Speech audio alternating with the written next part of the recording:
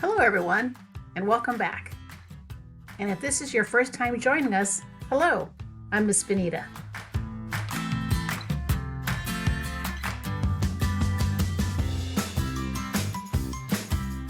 And like you, I'm at home. My two cats are keeping themselves company. And I'm keeping myself busy as well by creating these videos for you. Today, this is the third video in Chapter 1, and the unit that we are studying is Ecosystem Restoration, and we're going to be talking about matter.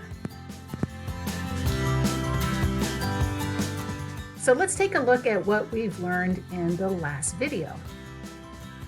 We got a message from the group that we've been working with, Natural Resources Rescue, and they have let us know that there is a problem in our reforested site.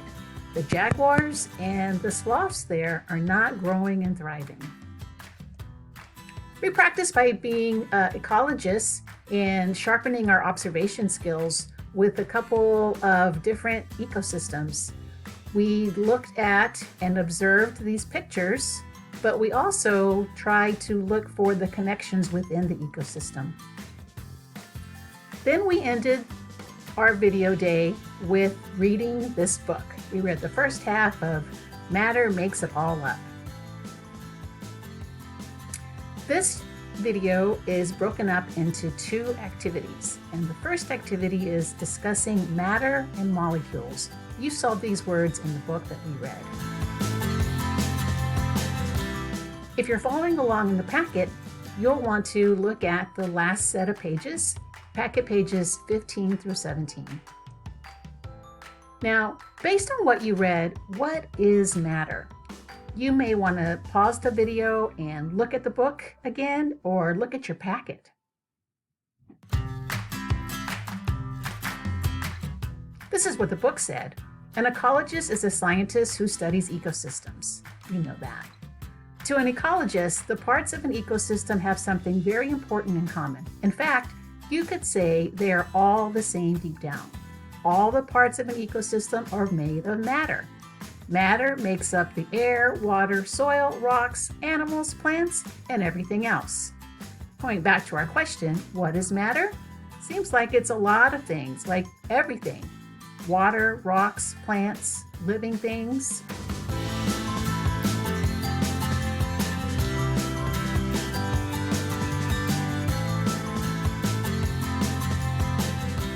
Now let's take a look at this word, matter.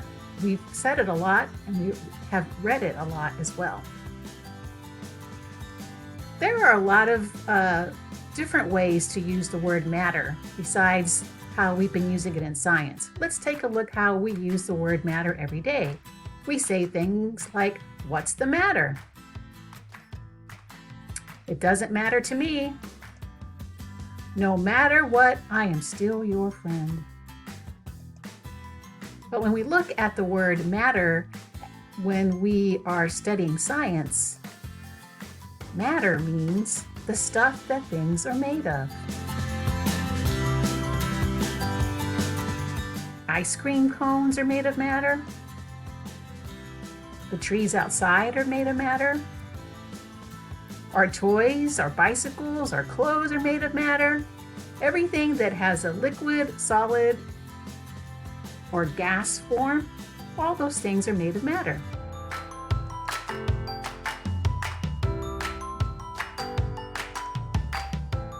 Let's take a look at what the book has said.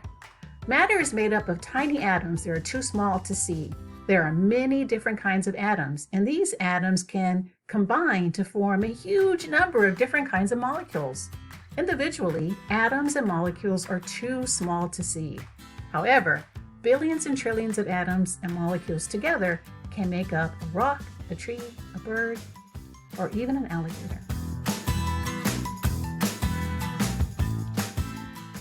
That is page 5 of your book and also page 15 of the packet. Here's another word that we need to take a look at. Molecule. A group of atoms joined together in a particular way. Let's take a closer look at molecule. The book says, From page 7, this image shows a model of a molecule that makes up muscles. We can't really show what the molecules look like. The individual molecules are too small to see, even with a microscope.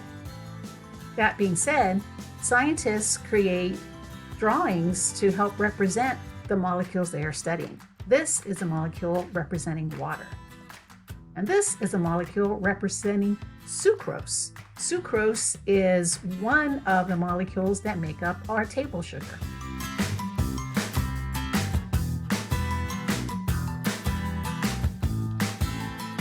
So we're going to make a chart to track our ideas about matter, and you can do this in your packet as well.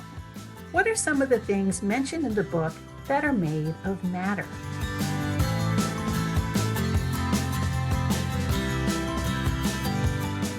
Again, the book says all the parts of an ecosystem are made of matter. Matter makes up the air, water, soil, rocks, and animals, and plants, and everything else. What would you add here?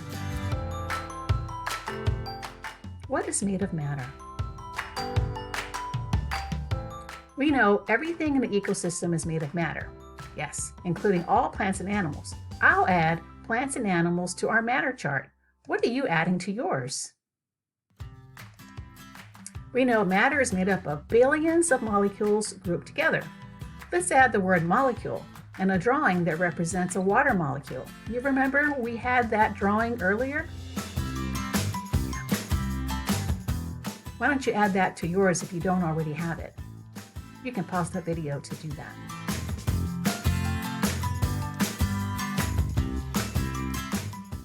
For example, let's zoom in on a muscle. The muscle is made up of smaller parts. These parts are made up of even smaller parts, which are made up of molecules. These molecules are made up of atoms. It's all matter. Let's add the word atom and a circle that represents an atom. Like this. You can do that on yours as well. See how I am using the book? As I return to the pages, I read, I find more information. The more I reread a page, the more information connects together.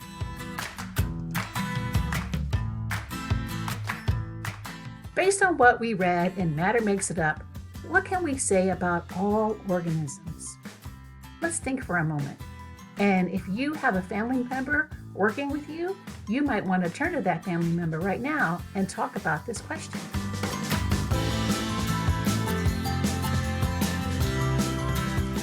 Here are some questions that might help you think about our first question, right? What are all organisms made of? What is matter? Yep, this is a big idea, which we call a key concept. Everything is made of matter. Matter is made up of molecules. All right, you got that one down. Now on to activity 2, where we will be synthesizing ideas about how animals grow. Ready? Turn to page 17 in your packet. We will use this page to synthesize information from the book. Let's review the directions. I'll read them out loud. Number 1, reread pages 8 through 11 of Matter Makes It All Up and think about the question below. Record information in the boxes that could help answer the question. Connect ideas together to come up with a new understanding that answers the question. Record the new understanding in the box below the arrow. Question: how do animals grow? So we're going to take a look at the book and write 3 different ideas that are going to help us weave them together for a new understanding. Let's talk about the information we read that relates to the question, how do animals grow? We will think about how matter and molecules are related to animals growing. Go through the book one more time and fill these pages out. You may want to pause the video to complete this section.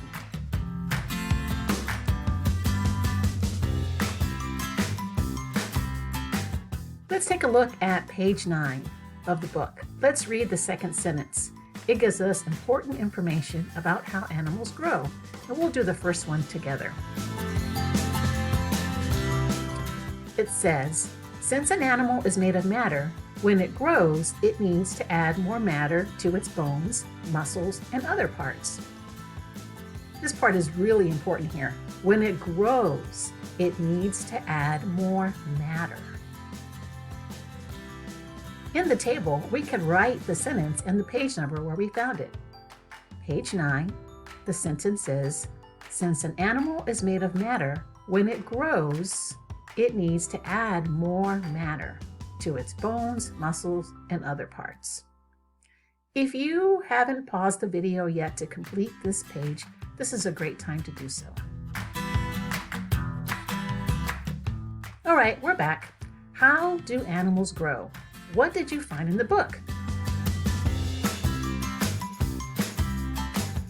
Oh, okay. Here are some things I recorded in my packet. From page 10, I found the new matter needed for growth comes from what animals eat, because food is also made of matter. Did you find that? How about this one? Same page, right? Page 10, inside the animal's body, the food molecules are broken down and used to build new molecules that make up bone, blood, muscles, skin, and other body parts.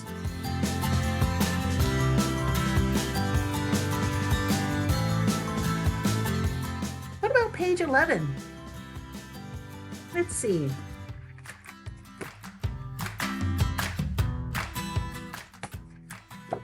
Remember this page? There was a bold word in there, right?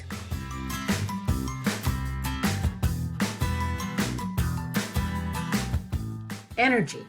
Let me read that sentence. More important, the animal uses some of the food matter to get energy. Animals need energy to move and do all the things animals do. We're going to come back to that later. When we are reading a science text, it can be helpful to think about different ideas in the book and how they are connected.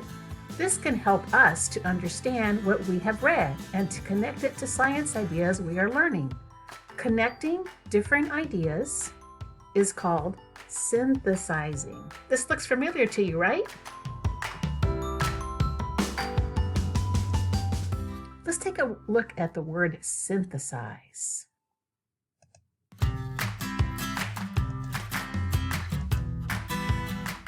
To put together multiple pieces of information in order to understand something.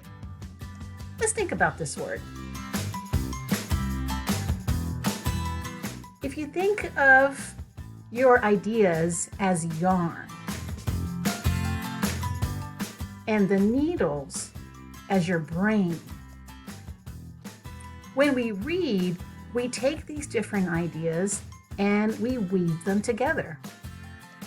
We weave them together to make new understanding. So this hat represents the metaphor for synthesizing.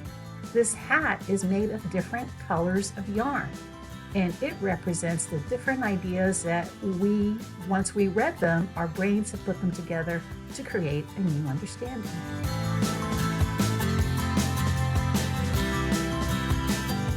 How are you thinking about a new understanding? How do animals grow? Make sure you record your thinking. This is also a great time to show the packet to a family member to see if you would like to add any of their thinking. All right, it's a wrap for today, everyone. Let's go back and look at the things that we've learned. We've taken a closer look at the book and learned about matter and atoms and molecules.